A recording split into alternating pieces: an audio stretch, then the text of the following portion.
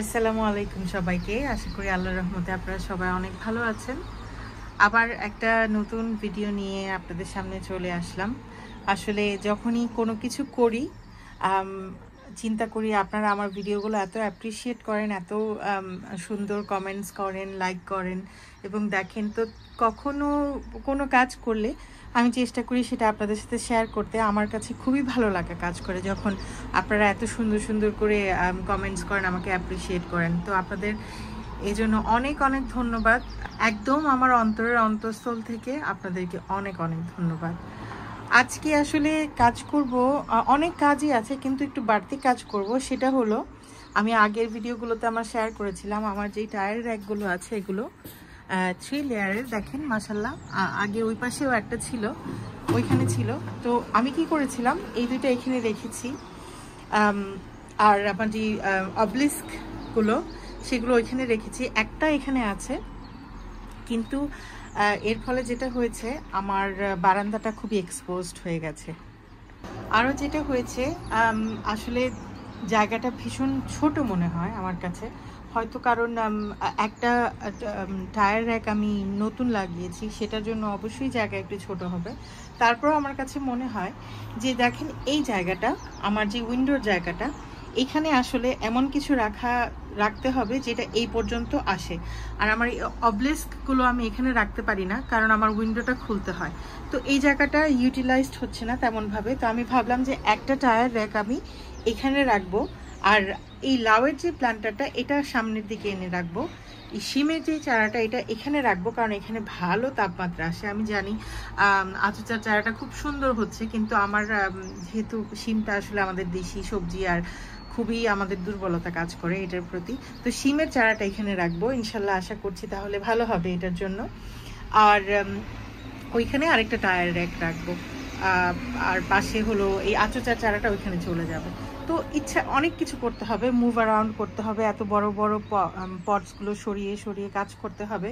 অবশ্যই আজকে আবার মাজার খারাপ অবস্থা হবে, কিন্তু কিছুই করার নেই। আরেকটা কারণ হলো, আসলে আমি মুভ করতে চাই। আপনারা যারা আমার ভিডিওগুলো ফলো করেন জানেন যে আমার ফ্রন্টটা মাশাআল্লাহ খুব সুন্দর ফ্লাওয়ার দিয়ে খুব সুন্দর করে হয়ে আছে ফ্লাওয়ার্স।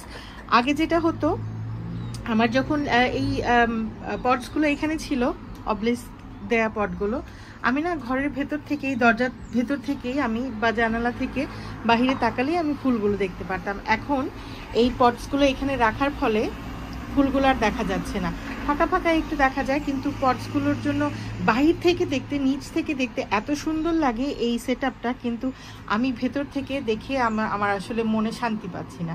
আসলে সবসময় আমি এক জায়গায় ভাড়া থাকতাম, তখন আমার পাশের বাড়ির একজন আন্টি ছিলেন, উনি আমাকে বলতেন যে আসলে প্রথম দর্শনটাই যদি সুন্দর না হয় অনেক ক্ষেত্রে ভালো লাগে না। এটাও যদিও সব ক্ষেত্রে সঠিক কথা না, দর্শন সবসময় প্রয়োজনীয় না, কিন্তু যেহেতু এটা আমাদের বাগান, একটা প্রশান্তির জায়গা, সেহেতু আমি মনে করি যে আসলে আমার জন্য এই দর্শনটা খুবই জরুরি।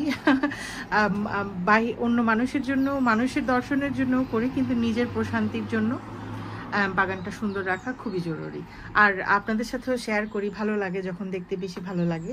তো আমার সাথেই থাকবেন। আমি ইনশাল্লাহ চেঞ্জেস করার সময় যেহেতু দেখাতে পারবো না, কিন্তু চেঞ্জেস করে আমি আপনাদের সাথে শেয়ার করব। তারপর আরও কি কি কাজ করলাম, কি কি কাজ করতে আরও বাকি আছে, সবই আপনাদের সাথে শেয়ার করব। আমার সাথেই থাকবেন।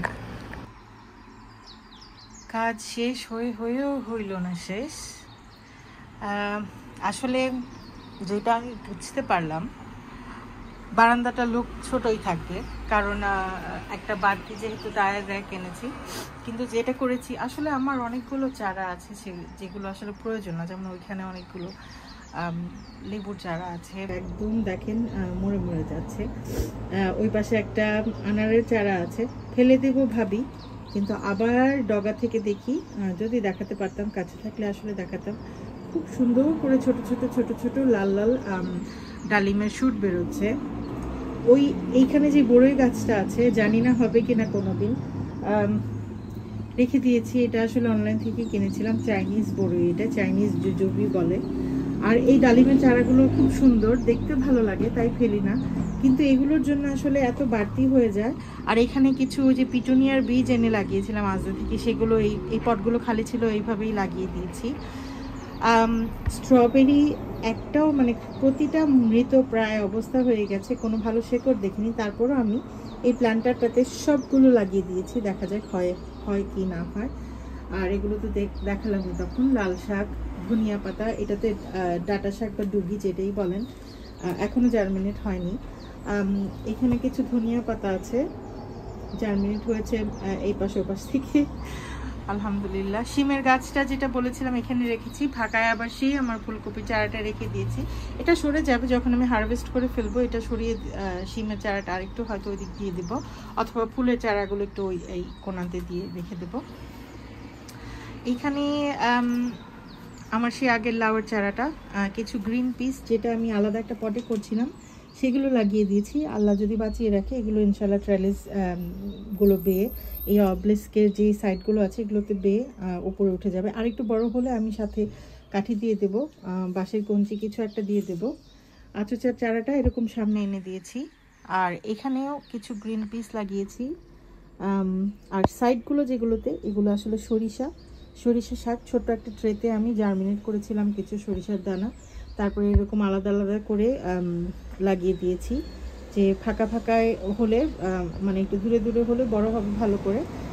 এখানে আরেকটা বড়ইয়ের চারা, এখানে একটা লেবুর কাটিং করেছিলাম, পাতাটা তো সব ঝরে গেছে, তারপরেও ছোট ছোট দেখা যায় যে কিছু একটা বের হচ্ছে, এই জন্য আর ফেলা হয় না আসলে। যখনই দেখি যে একটু জীবন আছে তখনই আবার রেখে দিই। এখানে এটা হচ্ছে আরেকটা ধনিয়া, এটা জার্মিনেট হচ্ছে না, এটা একটা বড় বড় ধনিয়ার বীজ দেখিয়ে এনেছিলাম, আসলে কেন যেন হচ্ছে না।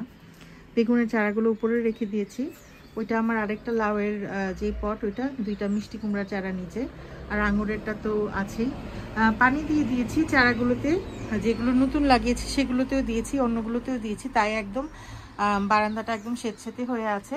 এগুলো আসলে আমি একদম বাকেট দিয়ে পানি এনে বারান্দায় ঢেলে দিয়ে একদম সুন্দর করে ধুয়ে যায়। এখনও করছি না, কারণ দেখানোর জন্য যে আমার যে পুঁইশাকের চারা, নাকামরিচের চারা কয়েকটা রয়ে গিয়েছিল, সেগুলোকে এখন রিপোর্ট করব। কিছু মাটি আমার এখানে তৈরি করা আছে, আর কিছু ওই ব্যাগটাতে আছে, সব মিলিয়ে তারপর এগুলোকে রিপোর্ট করব। তারপরে একবারে ফাইনাল আপনাদের সাথে বিদায় নেব ইনশাল্লাহ। তো এই হচ্ছে আমার বারান্দা বাগানের ফাইনাল লুক। 2টা নাগামরিচের চারা রিপোর্ট করেছি, আর আমার যে পুঁইশাক, লাল ডাটির যে পুঁইশাকগুলো 3টা রেখেছিলাম, ওই পুঁইশাকগুলো আমি রিপোর্ট করেছি। এগুলো পানি দিয়ে, সিউইড লিকুইডের পানি দিয়ে রেখে দিয়েছি। পানিগুলো যখন ঝরে যাবে 1-1.5 ঘন্টা 2 ঘন্টা পর ভেতরে নিয়ে যাব। আর বাকি তো একটু আগেই দেখালাম। আলহামদুলিল্লাহ, দেখেন বারান্দাটা পুরোটা ওয়েট, কারণ আমি এখানে একদম বাথরুম থেকে বাকেট ভরে পানি এনে এরকম ওয়াশ করে দেই। কিছু পটস আছে দেখেন, এগুলো খালি হয়েছে আমার পুঁইশাক আর নাকামরিচের। ভেতরে আরও আছে অনেকগুলো, যেগুলোকে আমার ওয়াশ করতে হবে। বাগান করার এটাই তো মজা, তাই না?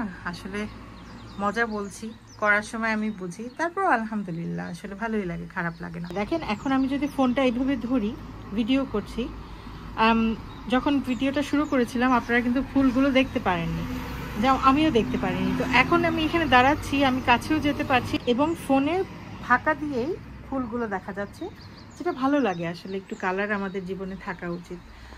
তো আজকে আমার ভিডিওটা এই পর্যন্তই। ইনশাল্লাহ নতুন কোনো কিছু নিয়ে আবার চলে আসব, আপডেট শেয়ার করব আপনাদের সাথে। ভালো লাগে আপনাদের সাথে শেয়ার করতে। অনেক কষ্টের মধ্যেও, ব্যস্ততার মধ্যেও ছোট্ট একটা জায়গা নাড়াচাড়া করা যায় না, তারপরেও বাগান করি শখের বশত। আর আপনারা দেখে অ্যাপ্রিসিয়েট করেন, সেই জন্য আরও অনেক বেশি উৎসাহিত হই, আর অনেক ভালো লাগা কাজ করে। তো আজকে আমার ভিডিওটা এই পর্যন্তই। আমাদের জন্য অনেক দোয়া রাখবেন, বরাবরের মতো আপনাদের জন্য অনেক দোয়া রইল। আল্লাহ আপনাদের সবাইকে অনেক ভালো রাখুক, সুস্থ সবল রাখুক। আসসালামু আলাইকুম।